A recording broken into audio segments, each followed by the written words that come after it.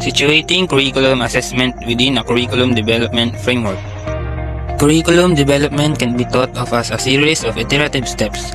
All of the steps involved in the curriculum development will help each smaller step in the curriculum assessment process.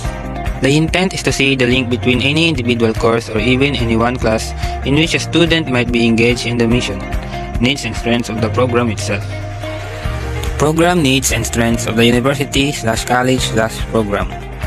Consider this as the frame for the model. Everything within the curriculum development process is shaded by the needs for the program and the strengths of the unit developing it. It is important to have an understanding of the strengths and opportunities presented by the canvassing the interests and abilities of those who will be the educators. Program objectives or competencies based on the ideal graduate. In this stage, a picture of an ideal graduate is developed. What are the knowledge, skills, and values that the ideal graduate will possess? At what level of sophistication will the graduates be able to use them? Most often, the attributes of the ideal graduate are identified as the same as the program needs and strength of the university or college or program. The challenge then is to convert the identified attributes identified above into specific, measurable, and achievable outcomes. Here we articulate what the successful graduates will be able to do upon program completion in performance terms. At this stage, specific curriculum starts to get fleshed out by making use of the program objectives, the content expertise of faculty and discipline-specific learning experiences indoors as valuable the program is developed. At this stage, it is useful to lay out an approximate structure of the program, ensuring that educational experiences that are intended to foster the learning objectives are articulated. Experiences like capstone courses, tutorials, labs, practica, service learning, electives, and seminars ought to be considered at this point. These are the traditional activities connected with individual course design. Whether intuitively or internationally, as instructors, we determine what content, processes, learning experiences, resources, and student assessment strategies work best to meet our teaching and learning objectives. At this point, it is worth considering what constitutes a course. Typically, course-level decisions are influenced by concerns with effectiveness, efficiency, appropriateness, and adequacy. In the context of our curriculum development process, we encourage instructors to add over or layer into the mix and be fully intentional about what the learners will be learning, not only in the courses for which individuals have responsibility, but also in the program as a whole. The Kirkpatrick's model is a globally recognized method of evaluating the result of training and learning programs. It assesses both formal and informal training methods and rates them against four levels of criteria: the reaction, learning, behavior, and results. Stage 1. Reaction. The first level of the criterion is response. It measures whether learners find training attractive, affordable, and relevant to their work. This level is most commonly assessed through a post-training survey, or often referred to as a SMILE sheet. In this survey, students are asked to evaluate their experience. A key element of the Level 1 analysis is to focus on learners and trainers. While it may seem natural for facilitators to stick to training outcomes or the content, learning, or environment, and etc., the Kirkpatrick model encourages learners' insight, focus, research question increase. Stage 2. Learning. Level 2 measure each participant's learning based on whether the learner has acquired the intended knowledge, skills, attitudes, self-confidence, and commitment to training. Learning can be evaluated in both formal and informal ways and must be evaluated through pro-learning and post-learning evaluations to determine accuracy and comprehension. Evaluation methods include interview-style exams. A well-defined scoring process needs to be established in advance to reduce inconsistencies. Level 3. Reaction. Level 3, one of the most important steps in the Kirkpatrick model, measures whether a participant is really influenced by learning and whether they are applying what they have learned. By assessing behavioral changes, you can not only know if your skill is understood, but also whether it is logically possible to use it in the workplace. Behavioral assessments often reveal workplace problems.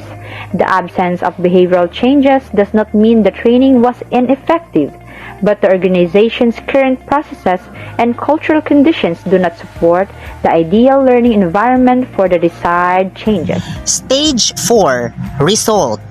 The final level, Level 4, is dedicated to measuring direct results. Level 4 measures your organization's learning about business outcomes. This is a key performance indicator established before learning began. The Kirkpatrick's model is used to clearly define goals, measure results, and create a working measurement plan to identify areas of significant impact. By analyzing data at each level, organizations can evaluate the relationships between each level and better understand the results of their training. Also, as an additional benefit, organizations can adjust their plans and modify courses throughout the learning process.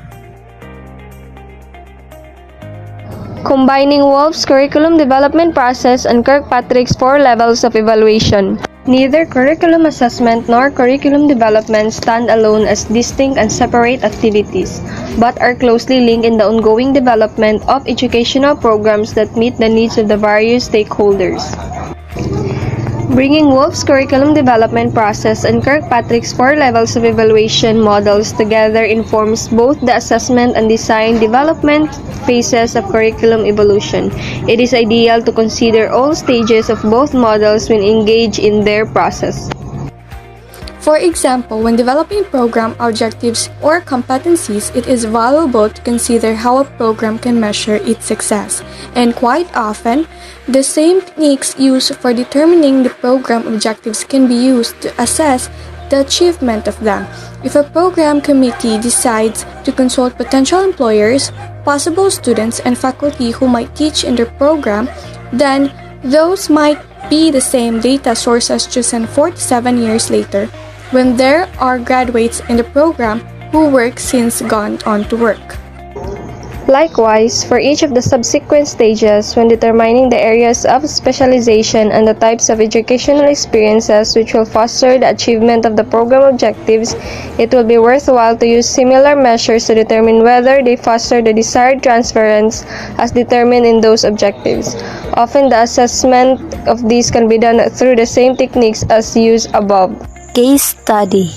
A case study is an in-depth study of one person, group, or event.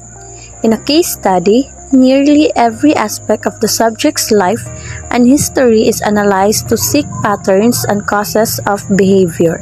Case studies can be used in a variety of fields including psychology, medicine, education, anthropology, political science, and social work. This study helps the researcher to find important information. It develops hypotheses that can improve the research study. Case study also brings an understanding to a complex issue and generate new ideas that can help a lot into your research.